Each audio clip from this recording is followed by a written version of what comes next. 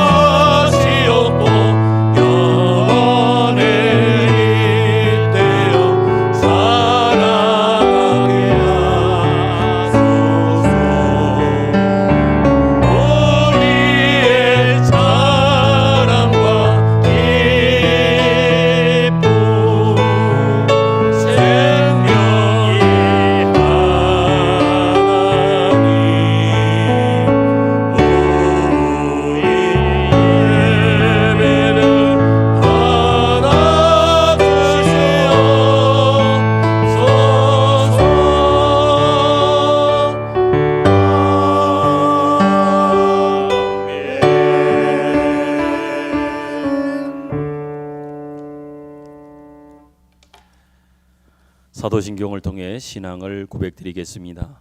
나는 전능하신 아버지 하나님, 천지의 창조주를 믿습니다. 나는 그의 유일하신 아들, 우리 주 예수 그리스도를 믿습니다.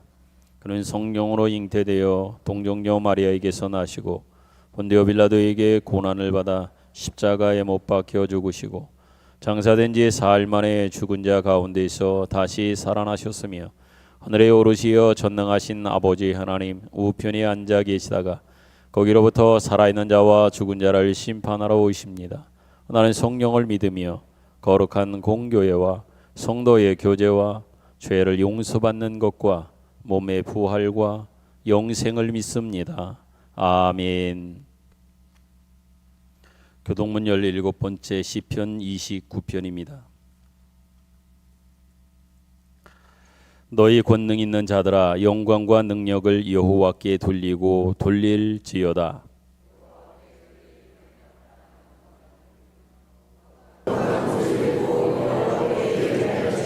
여호와의 소리가 물 위에 있도다. 영광의 하나님이 우레소리를 내시니 여호와는 많은 물 위에 계시도다.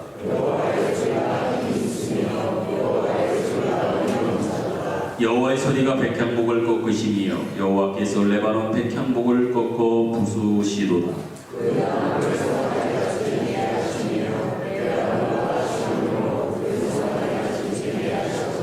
여호와의 소리가 화염을 가르시도다.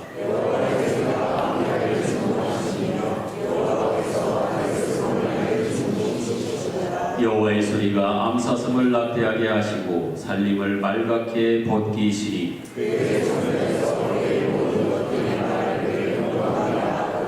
여호와께서 홍수 때에 좌정하셨으며 여호와께서 영원하도록 왕으로 좌정하시도다.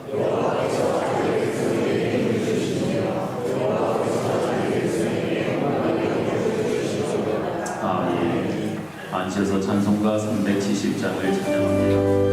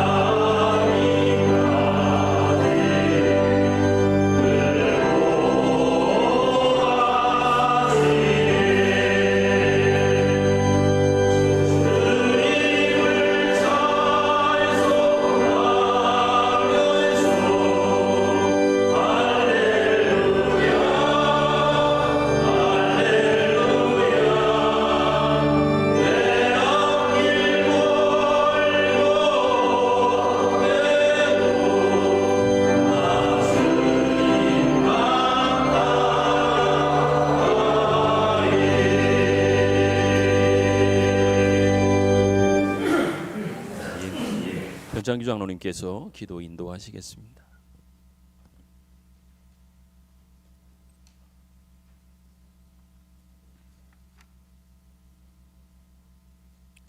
우리 삶의 생명과 죽음과 저주와 복을 주관하시며 섭리하시는 여호와 하나님, 우리가 아직 어리고 죄인이고 원수졌을 때 먼저 오셔서 구원을 선물로 주신 하나님을 찬양합니다. 지금까지 지내온 모든 것이 하나님 은혜임을 찬양합니다. 성령님이 우리 안에 계시고 우리가 성령님 안에 있으니 어떤 상황도 두렵지 않음을 감사드립니다. 어떤 질병이든 시험이든 아픔도 주님 주시는 복임을 믿고 감사드립니다. 우리 모두 교회의 구성원으로 살게 하심을 감사드립니다. 의롭고 옳아서가 아니라 하나님의 용서하심으로 옳다함 받고 천국 시민으로 예수님 지체로 살게 하시니 더욱 감사드립니다. 감사할 것 너무 많지만 어리석고 부족하고 세상 일에 분주했음을 고백합니다. 불쌍히 여겨 주옵소서. 때로는 주말에 여유롭게 지내는 것이 부럽다고 생각도 하지만 주일과 예배가 기다려지는 우리들 작은 마음을 기쁘게 받아 주옵소서. 주님이 가신 길, 십자가의 길을 살아있는 제물로서 삶으로 드려지길 소원합니다. 세상이 아닌 예수님을 본받는 구별된 삶을 살아내길 소원합니다. 복음의 진리를 거역하는 자들과 섞이지 않게 하옵소서. 불신자들과 혼합되어 타협하며 그리스도인의 정체성을 잃지 않게 성령님 우리를 붙들어 주옵소서. 우리를 사랑하시는 하나님처럼 기다리고 또 기다리며 예수님처럼 희생하는 우리가 되게 하옵소서. 남이 변하기를 바라지 말고 내가 변하여 무늬와 입만 무성함이 아닌 알맹이 있는 열매가 되길 소원합니다. 거칠애와 종교적 치장을 하지 말고 주님께 붙어 있어 빛과 소금 되는 온전한 지체 되길 소원합니다. 온 마음과 뜻으로 헌신하며 충성하며 순종하길 소원합니다. 좋은 일꾼들이 모여 사명 잘 감당하는 교회와 성도 되길 소원합니다. 말씀이 살아서 역사하는 교회, 성령의 뜨거운 교제가 있는 교회, 충성된 사역자들의 섬김이 있는 교회로 거듭나게 하옵소서. 목사님 영과 육이 강건케 하옵소서. 선포되는 말씀으로 하나님 앞에서 구별된 삶을 살며 고난도 이겨내고 연마하여 주님 앞에 설 때 내가 너를 안다고 환영받는 성도님들 되게 하옵소서. 예수님 이름으로 기도드립니다. 아멘.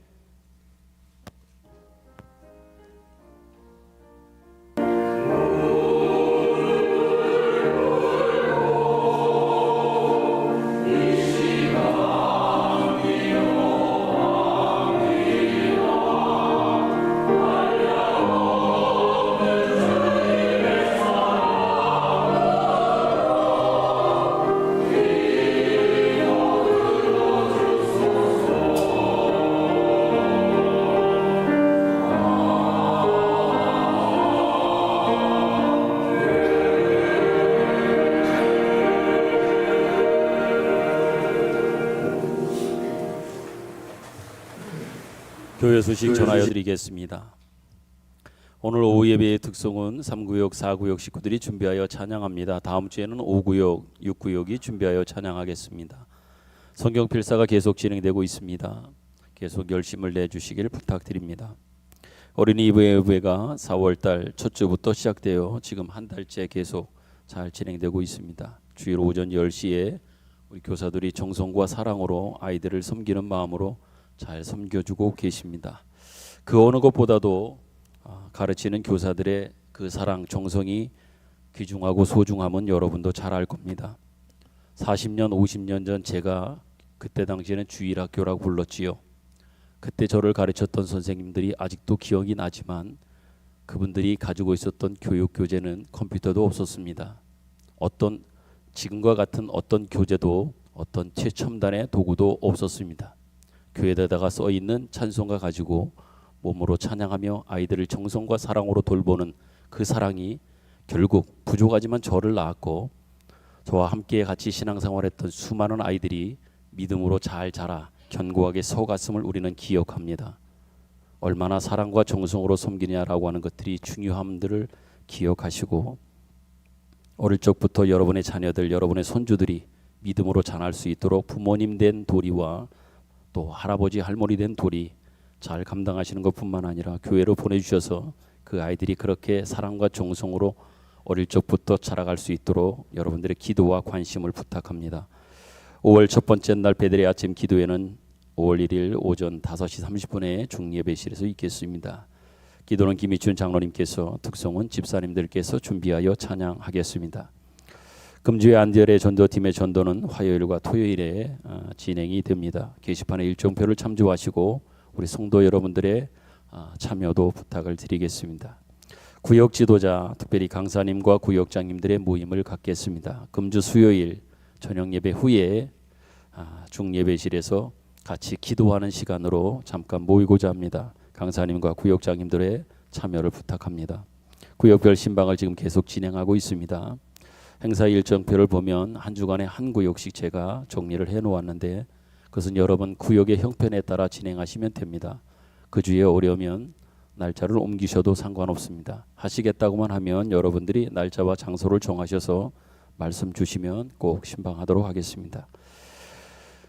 다음 주에는 어린이 주일 예배로 드리겠습니다. 온 가족 예배를 드리면서 또 예배 순서는 우리 교육기관에 있는 우리 어린아이들로부터 청년들까지 함께 나누어 예배 순서를 맡아 하나님 앞에 예배하는 시간을 갖겠습니다. 수요 예배 시간을 5월 달부터 변경하여 예배를 드리고자 합니다. 5월 6일이 첫 번째 수요일인데요. 7시에서 7시 30분으로 30분 늦추어 변경하여 예배 드리겠습니다. 5월 예배 예언이 게시판에 있습니다. 참고하셔서 여러분들 기도를 잘 준비해 주시길 바랍니다. 5월 행사 일정은 게시판을 참조하시고요. 환우들을 위해서 이번 한 주간도 계속 기도해 주실 것을 부탁을 드리겠습니다. 특별히 축하할 일이 있어서 함께 여러분들과 축하의 마음을 나눕니다. 김희춘 장로님, 윤정 권사님의 아들 김명참 청년이 종근당 고촌 예술지상이라고 종근당 회사에서 준비하여 진행하는 그런 올해의 작가상 모집에 수많은 경쟁률을 뚫고 올해의 작가상을 수상하게 되었다고 합니다. 여러분들께서 기도해 주시고 관심 가져주심에 감사한 마음이고 앞으로도 미래가 튼튼하고 멋있는 그러한 청년으로 화가로 잘 자라갈 수 있도록 끝까지 계속 기도해 주실 것을 부탁합니다. 여러분들이 기도해 주시고 관심에 감사하는 마음으로 부모님들이 이렇게 떡을 준비하여 오늘 식사 시간에 여러분들과 나누시게 되었습니다. 감사한 마음으로 떡을 함께 나누셨으면 좋겠습니다. 오늘도 여러분들이 나오셨지만 특별히 어르신들이 그동안 긴 육신의 아픔과 고통, 힘듦의 잠을 깨고 겨울을 깨고 우리가 봄을 맞이함처럼 우리 어르신들이 이제 조금씩 몸이 회복되셔서 봄과 더불어 회복된 모습으로 나오시게 돼서 무엇보다 얼마나 감사한지 모릅니다. 제가 지난주에 김경호 권사님 말씀드렸는데 이번 주에도 오셨고 그 옆에 한 사람 더 우리 고종수 권사님이 몇 달간 교회를 못 나오시다가 또 이렇게 나오셨습니다. 그렇게 교회 오고 싶다고 저한테 제가 전화를 드리고 또 전화로 기도를 해드리고 또 신방하고 그러면 그렇게 교회 가고 싶다 그러시더니 결국 오셨습니다. 얼마나 얼굴이 좋아하시는 얼굴인지 모르겠습니다. 이병근 집사님도 여러 주 또 몸이 또 심장이 불편하셔서 교회를 못 나오고 계시다가 오늘 조금 회복되셔서 또 이렇게 나오셨습니다. 환우분들이 조금씩 회복된 모습으로 봄과 더불어 육신의 봄도 영적인 봄도 맞이하게 되셔서 교회에 나오신다고 하는 것은 참으로 고무적이고 또 감사한 일이라 또 기쁜 일이라 생각이 되어집니다. 여러분들도 건강관리 잘 하셨으면 좋겠고요. 늘 강건하셔서 그렇게 교회 못 나올 때에 교회 나오고 싶으면 그 마음을 여러분 아십니까? 어르신들을 제가 신방해보고 또 전화드려보면 그렇게 교회 오고 싶다고 하시는 대표적으로 지금 못 나오고 계신데요. 이제 권사님도 한번 나오시리라 생각됩니다. 박복동 원사님이 그렇게 그러십니다. 전화로다 제가 기도도 해드리고 그러는데요. 목사님 교회를 그렇게 가고 싶다고, 교회 가고 싶다고 그렇게 말씀하십니다. 교회 나오는 것이 얼마나 큰 복인지 나오신 여러분들이 잘 아셨으면 좋겠고, 나오실 때마다 하나님 앞에 온전한 모습으로 마음으로 예배하는 우리 모두가 되었으면 좋겠습니다. 그 외의 것들은 주보를 참조하시고요. 이 시간 같이 옆에 있는 분들 축복하는 시간 갖겠습니다. 너는 시냇가에 심은 나무라, 하나님의 사랑 안에 믿음 뿌리배를 내리고 주님의 뜻대로 항상 사십시오. 너는 시냇가에 심은 나무라, 하나님의 사랑 안에 믿음 뿌리 내리고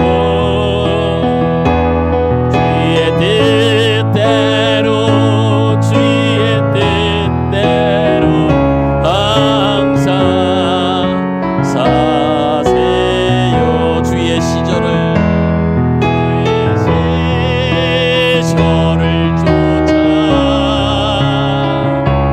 구원 열매 맺으며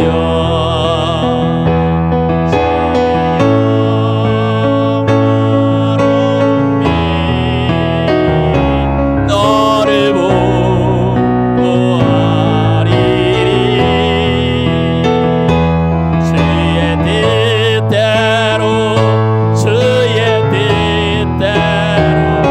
항상 살리라.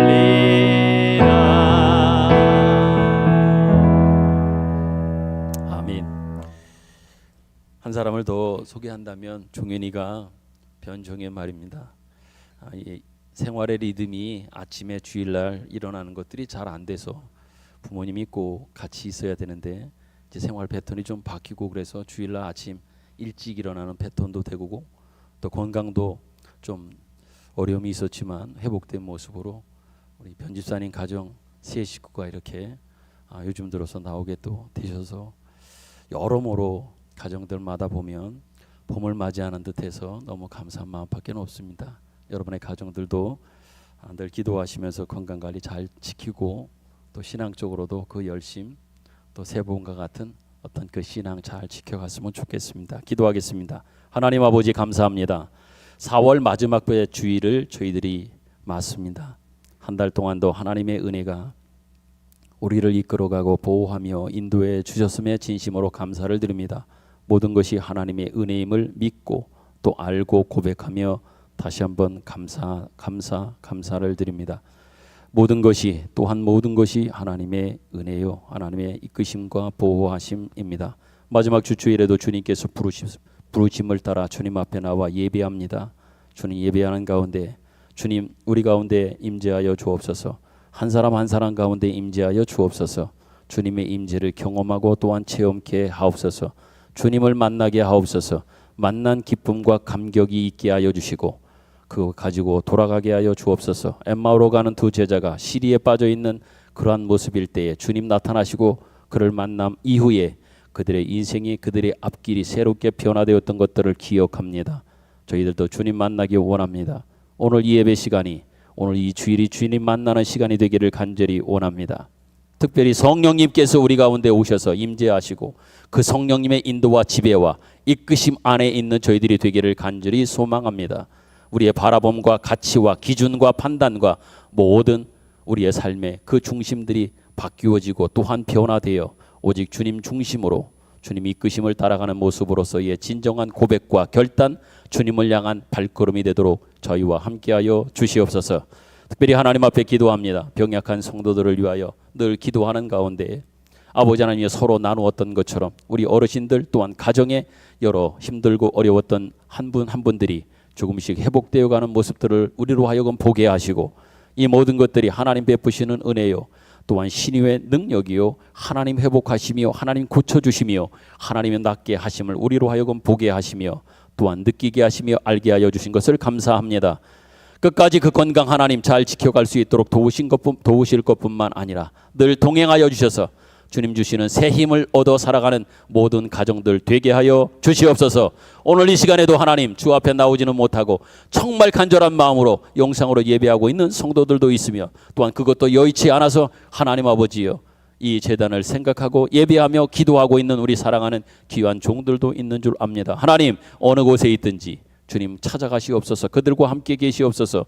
그들의 기도를 그들의 예배를 주여 받아 주시옵소서. 그리고 이제는 그런 간절한 기대처럼 그 소원처럼 이제는 주님 앞에 나와 예배하는 그날이 속히 이르도록 하나님 역사하여 주시옵소서. 이 시간도 주의 말씀을 듣고자 합니다.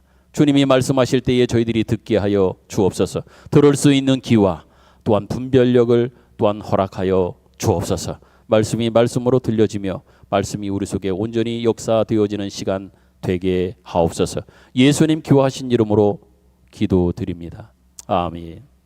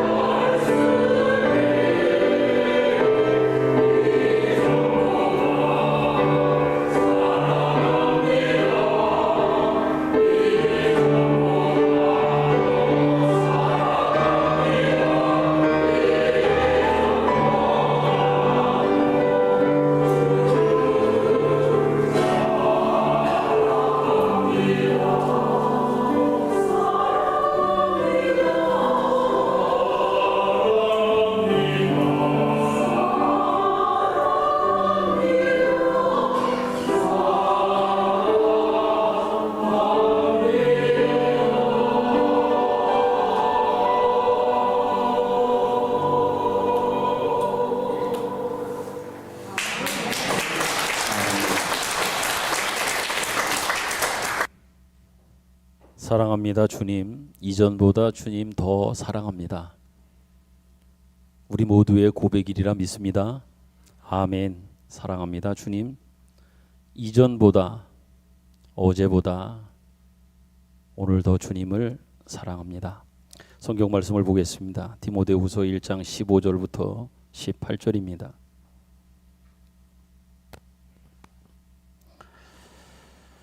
교독하겠습니다. 디모데후서 1장 15절부터 18절. 15절. 아시아에 있는 모든 사람이 나를 버린 일을 내가 아나니 그 중에는 부겔로와 허모게네도 있느니라.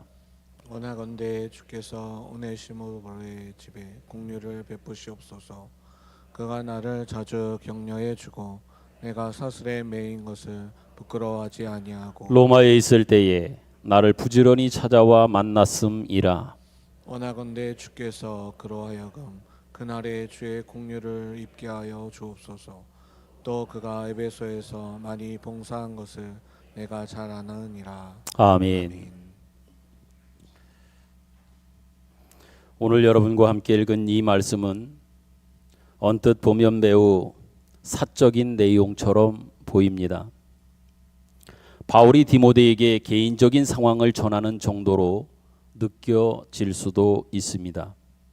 그래서 많은 경우에 있어서 많은 사람들이 이 본문을 그냥 지나가는 인사말 정도로 여기기도 합니다. 그렇지만 그렇게 간단하거나 쉬운 그런 말씀은 아닙니다. 이 말씀은 바울이 세운 교회들이 참으로 많지요. 그 가운데 에베소 교회나 고린도라고 하는 교회를 배경으로 생각해 볼 때에 믿음의 결과가 어떻게 갈리는가를 보여주는 역사적 증거로 볼 수 있습니다. 다시 말해서 오늘 말씀의 제목처럼 정당한 신앙과 잘못된 신앙의 결국이 어떤 결과를 가져오는지를 아주 분명하게 보여주는 말씀입니다. 정당한 신앙과 잘못된 신앙의 결과라고 이렇게 말씀을 지었는데 고민을 했습니다. 어쩌면 조금 더 원색적으로 쉽게 아니면 더 눈에 깊이 새겨지기 위하여 진짜 신앙과 가짜 신앙의 결과 이렇게도 생각해 보았는데 조금 순화해서 정당한 신앙, 잘못된 신앙의 결과 이렇게 제목을 지었습니다. 오늘 본문 15절 말씀을 보면 이런 말씀이 있습니다. 아시아에 있는 모든 사람이 나를 버렸다 라고 말입니다. 아시아에 있는 모든 사람이 바울을 버렸다 라고 합니다. 여기에서 나오는 이 아시아라고 하는 것은 지금 우리가 생각하는 아시아 대륙이 아니라 당시에 터키 지역, 에베소 주변 지역을 가리켜 아시아 지방 이렇게 불렀습니다.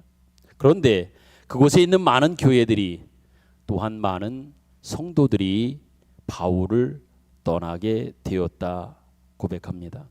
그런데 더 충격적인 것이 있습니다. 그건 뭐냐?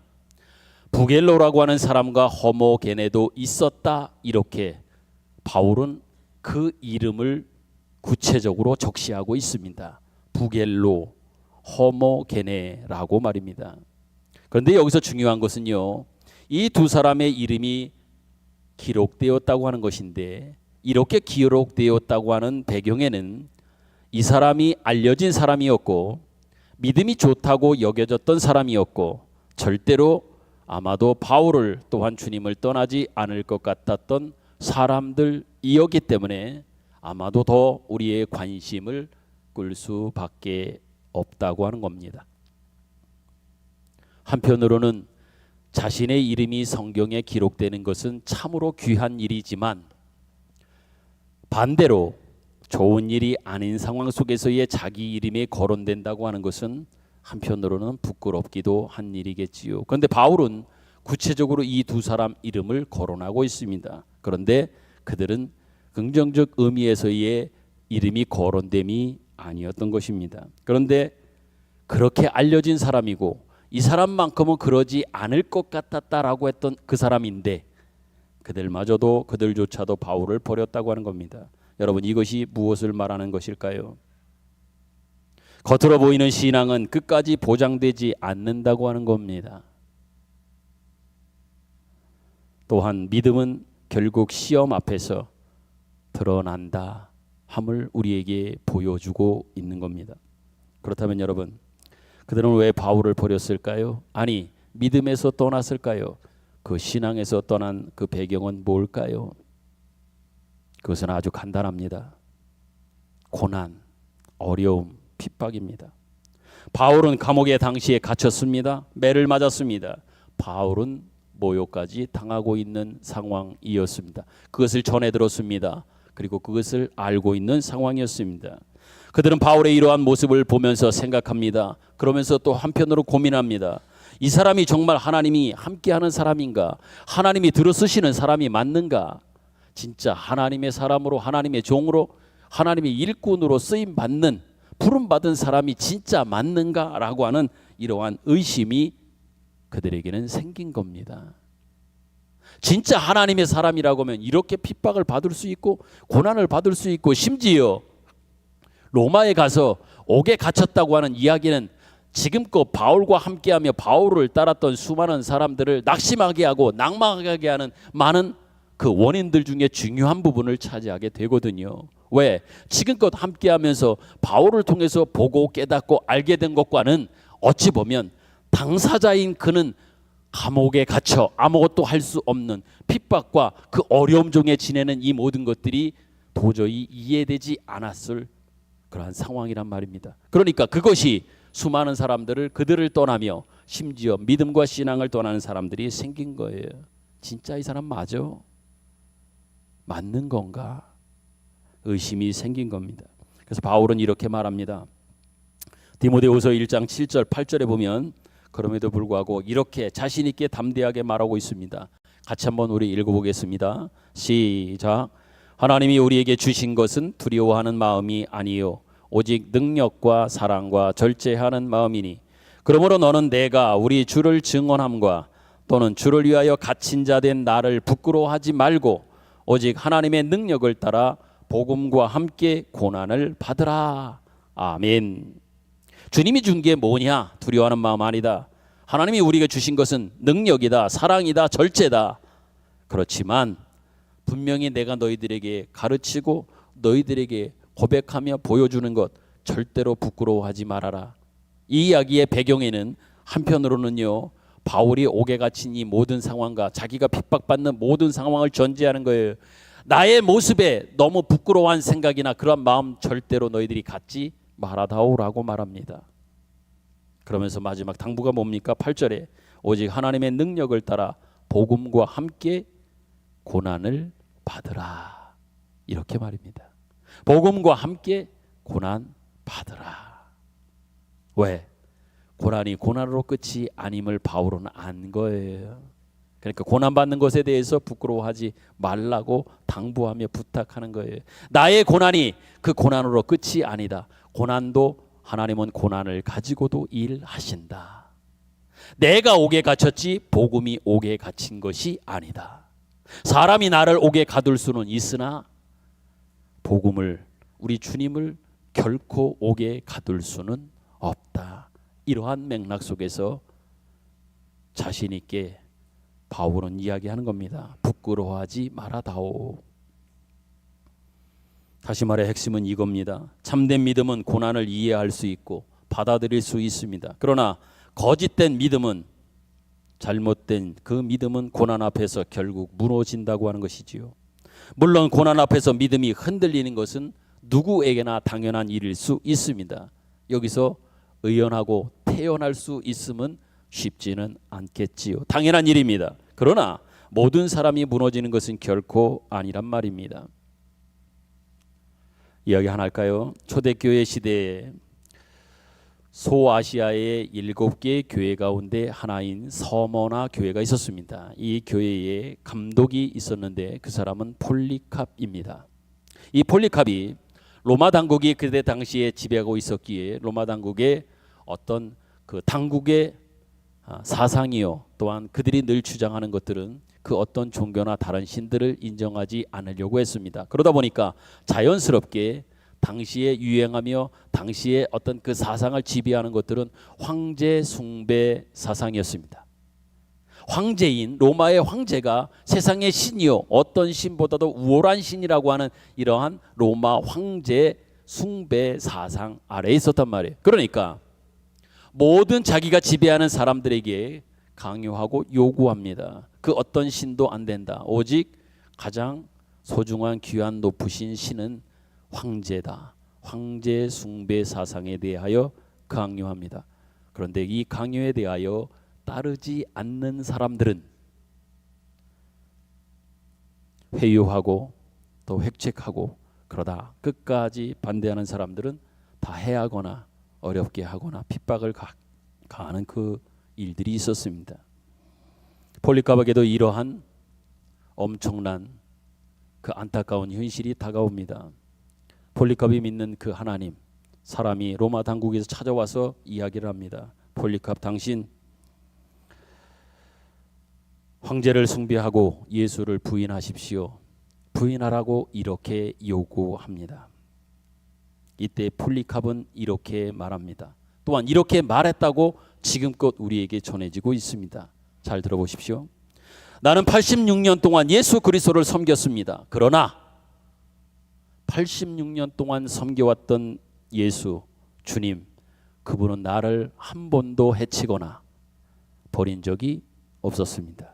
그런데 어떻게 내가 나의 왕이신 주님을 버리고 그분을 내가 모독할 수 있겠습니까? 라고 대답을 합니다. 그리고 황제의 숭배 사상을 거부합니다. 끝까지 믿음을 지키다가 결국은 죽음을 맞이하는 순교로 그 목숨을 마지막 보내게 됩니다. 여러분, 오늘 본문 말씀을 보면 바울을 떠난 사람이 거의 모든 사람이요, 그 대표적인 사람 두 사람을 우리는 소개되는 것을 본문에서 보았습니다. 그런데 본문 말씀에 보면 제가 지금 말씀드렸던 폴리캅 감독과 같은 그 한 사람이 또한 등장함을 볼 수 있습니다. 그 사람은 누구냐? 오네시보로입니다. 그는 어떻게 했습니까? 어떤 사람이었습니까? 바울을 부끄러워하지 않습니다. 다시 말해서 그가 가지고 있는 그 믿음, 그 신앙에 대하여 부끄러워하거나 회피하거나 도망가거나 부인하지 않았다는 얘기입니다. 그리고 감옥에 있는 바울을 직접적으로 찾아갑니다. 계속해서 찾아가 격려하고 위문하고 더 구체적으로 보면 영치금도 준비하여 아마 드렸을 것으로 우리는 생각해 봅니다. 여러분, 이거는 결코 쉬운 일이 아닙니다. 왜 그러냐면 그 시대의 죄수와 가까이 지낸다고 하는 것은 자신도 위험해질 수 있는 상황에 직면하기 때문에 죄수와 가까이 지내거나 죄수와 친한다라고 하는 것은 이것은 어찌 보면 금기시 되어져 있는 일입니다. 그런데도 불구하고 오네시보라고 하는 이 사람은 감옥에 갇혀 있는 이 바울을 기꺼이 찾아가며 그를 도우며 그를 격려하며 위문하며 하는 일들을 했습니다. 자신이 위험해짐에도 불구하고 기꺼이 그 일을 감당했다는 얘기입니다. 왜 그것이 가능했습니까? 또한 오네시보로가 그렇게 할 수 있었던 건 뭘까요? 단 한 가지라 생각되어집니다. 그의 믿음이 진정이었고 진짜였기 때문입니다. 그의 믿음이, 그의 신앙이 진정입니다. 또한 정당한 신앙과 믿음을 가지고 있었기 때문에 그렇습니다. 그렇기 때문에 바울은 오늘 본문에서도 확인하는 것처럼 본문 18, 16절 말씀에 이렇게 말하지요. 주께서 그의 집에 긍휼을 베푸시기를 원합니다. 이건 엄청난 복입니다. 복을 비는 거예요. 축복하는 겁니다. 여기서 그의 집은 오네시보로입니다. 긍휼을 베풀어 주시길, 하나님 아버지 이 오네시보로와 그의 집에 긍휼을 불쌍히 여겨주십시오, 긍휼히 여겨주십시오라고 하는 엄청난 복을 그에게 하고 있습니다. 여러분, 이것이 바로 정당한 신앙의 열매인 겁니다. 여러분, 한 가지 여러분께 도전드리며 질문 하나 드리지요. 여러분은 신앙생활이 무엇이라고 생각하십니까? 저는 이렇게 한번 여러분께 말씀드립니다. 신앙생활은 한마디로 말하면 보이는 것에 지지 않는 싸움이다. 이렇게 정의해 봅니다. 신앙생활이란 보이는 것에 지지 않는 싸움이다. 그렇다면 보이는 건 뭘까요? 돈입니다. 명예입니다. 성공입니다. 인정입니다. 편안함입니다. 이기적인 모든 생각들과 삶, 이 모든 것들이 바로 보이는 것입니다. 디모데전서 6장에서는 바울을 이것을 가리켜서 또 이것을 빗대어서 이렇게까지 말합니다. 돈을 사랑함이 일만하게 뿌리가 된다라고 말합니다. 그러나 여러분, 하나님은 우리에게 무엇을 요구하십니까? 보이지 않는 약속을 붙드는 믿음을 하나님은 요구한단 말이에요.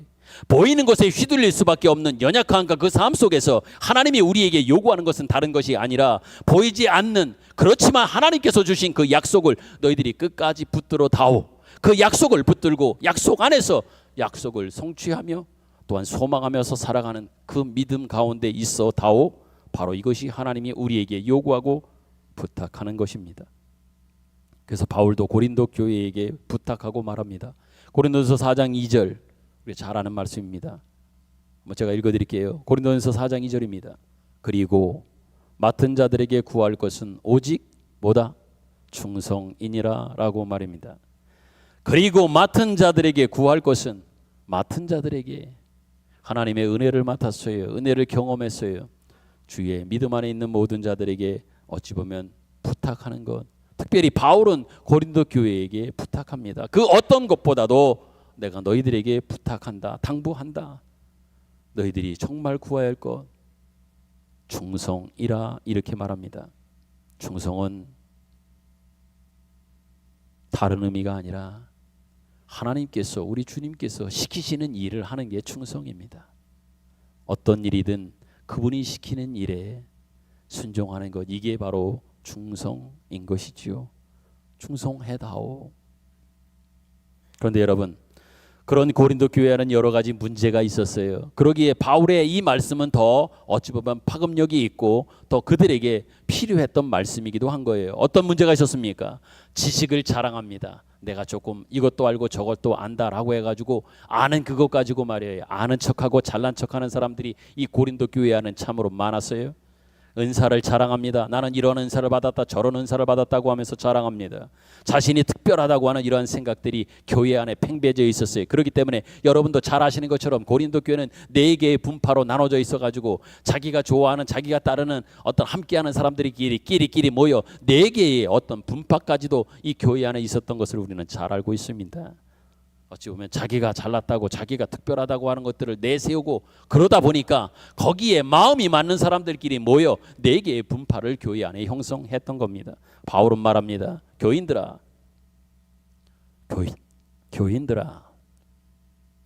고린도 교인들아, 생각해 보아라. 너희들이 지금 가지고 있는 모든 것들은 너희 스스로 만든 것이냐? 아니지 않느냐? 너희들은 다 받은 것 아니냐?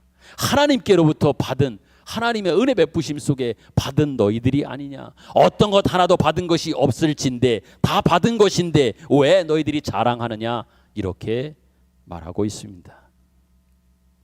여러분, 하나님은 보이지 않는 하나님이시면서 우리와 함께 하시며 하나님의 그 일하시는 여러 모습들을 우리에게 보여주고 가르쳐주고 있습니다. 대표적으로 하나님께서 우리 속에서 우리와 함께 일하시는 그 모습이 어떤 모습이냐? 하나님은 어떻게 일하실까요?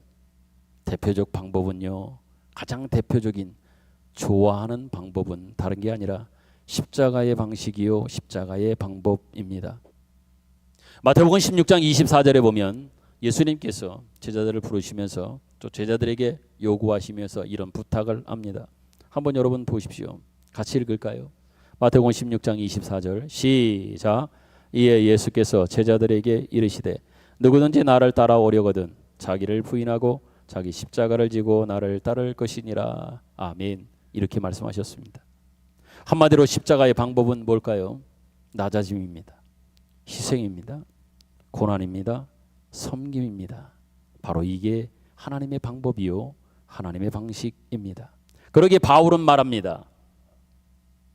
디모데 고린도 교회 교인들에게 자랑을 일삼고 있는 그들에게 받았으면서 하나님 은혜 베푸심 속에서 시작된 것임에도 불구하고 그렇게 자랑하고 있는 그들에게 말합니다. 우리는 세상 사람의 구경거리가 되었다. 세상에서는 지극히 약해 보인다. 그러나 걱정하지 말아다오. 이것이 하나님께서 일하시는 방법이다, 방식이니 절대로 걱정하지 말아라. 세상 사람들에게 있어서 구경거리처럼 보여도, 또한 약한 사람처럼 보여도 걱정하지 말아라. 그 약함 가지고, 구경거리 되어진 모습 가지고 나는 일을 한다. 그것을 우리에게 확인시켜주고 우리에게 확증해 준 것이 예수 그리스도를 이 땅에 인간으로 보내신 것이요, 인간의 모습으로 오셔서 십자가를 지시기까지 낮아지시며 죽음을 통하여 하나님의 일하심이 무엇인지, 가장 좋아하시는 것이 무엇인지 아들 예수 그리스도를 통하여 우리에게 확인시켜 주신 겁니다. 그런데 여러분, 한번 생각해 보십시다. 구체적으로, 직접적으로 우리 자신들을 돌아보며 생각했으면 좋겠습니다. 우리는 지금 어떤 시대에 살고 있습니까? 너무 편해진 시대에 우리는 살아가고 있습니다. 너무 쉽게 신앙생활하는 그러한 시대에 살아가고 있습니다. 주말만 되면 이제는 신앙보다 개인 생활을 즐깁니다. 책임보다는 편안함을 추구하려고 합니다. 헌신보다는 개인의 이익을 선택하고 개인의 이익을 우선시하려고 하는 이런 모습으로 신앙생활을 하나의 단순히 취미생활처럼 여유 있을 때 무엇인가 내가 하나 하는 것처럼 해드리는 것처럼의 어떤 이런 모습으로 신앙의 어떤 변질된 모습을 우리는 너무 많이 보고 있습니다. 그러면서도 우리들은 말하고 있습니다. 나는 믿는다고, 나는 믿는 사람이라고 말입니다. 그러나 오늘 말씀은 우리에게 묻고 있습니다. 오늘 본문 말씀은 우리에게 도전하고 있습니다. 너희의 믿음이 정말 끝까지 지킬 믿음이냐라고 말입니다. 너희의 믿음이 마지막 순간까지 지킬 수 있는 믿음이냐라고 말입니다. 말씀을 맺습니다. 여러분, 믿음은 한 번의 결단으로 끝나는 것이 결코 아닙니다. 매일매일의 싸움입니다. 매일매일의 유혹이 있을 겁니다. 매일매일의 시험이 있을 겁니다. 매일매일의 여러분들이 선택하고 결정해야 하는 순간들이, 시간들이 있을 겁니다. 그러기에 중요한 건 뭡니까? 저는 분명히 여러분들께 이것이라고 말씀드립니다. 넘어지지 않는 것이 아니라 싸움을 멈추지 않는 것이다. 이렇게 말합니다. 다시 말씀드립니다. 끊임없는 유혹과 시험과 선택의 기로 속에서 우리가 해야 될 일은 넘어질 수 있습니다. 그러나 넘어지지 않으려고 함이 아니라 넘어짐 속에서도 다시 일어나며, 아니 그 싸움을 계속해서 멈추지 않고 싸우겠다라고 하는 의지와 계속해서 멈추지 않고 싸움을 해가는 것, 바로 이것이 우리에게 필요하고 요구된다고 말입니다. 여러분께 도전드립니다. 바울을 버린 사람이 될 것입니까? 아니면 오네시보로가 될 것입니까? 바라기는 세상 앞에서 믿음을 절대로 놓지 않기를 바랍니다. 그리고 십자가를 절대로 부끄러워하지 않기를 바랍니다. 비록 현실 삶에서는 어렵고 힘든 일이 분명히 있을 겁니다. 그 싸움 속에서 진정한 믿음이 무엇인지, 신앙이 무엇인지, 또한 그 안에 담겨져 있는 그 기쁨과 승리가 있음을 늘 기억하시면서 하루하루 매일매일 신앙의 싸움에 계속해가는, 정진해가는 저와 여러분들이 되기를 간절히 소망합니다. 주님이 오실 때까지 나를 부르시는 그날까지 말입니다. 주신 말씀 우리 생각하면서 우리 같이 이 찬양 부르겠습니다. 사명 찬양입니다. 주님이 오러 가신 그 길을 나도 끝까지 따라가겠습니다. 불과 피를 흘리셨지만 그래도 나는 그 길을 걸어가겠습니다. 험한 산 괜찮습니다. 바다 끝 괜찮습니다. 죽어가는 저 영혼들을 위해 나를 기꺼이 버리겠습니다. 주님이 가신 그 길 따라가겠습니다.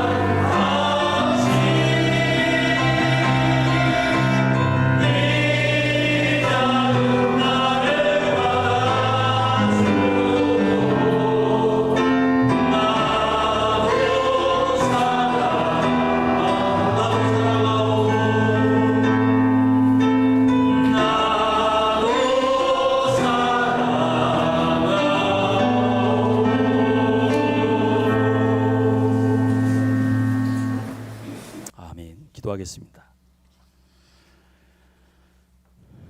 하나님 아버지, 은혜를 감사합니다.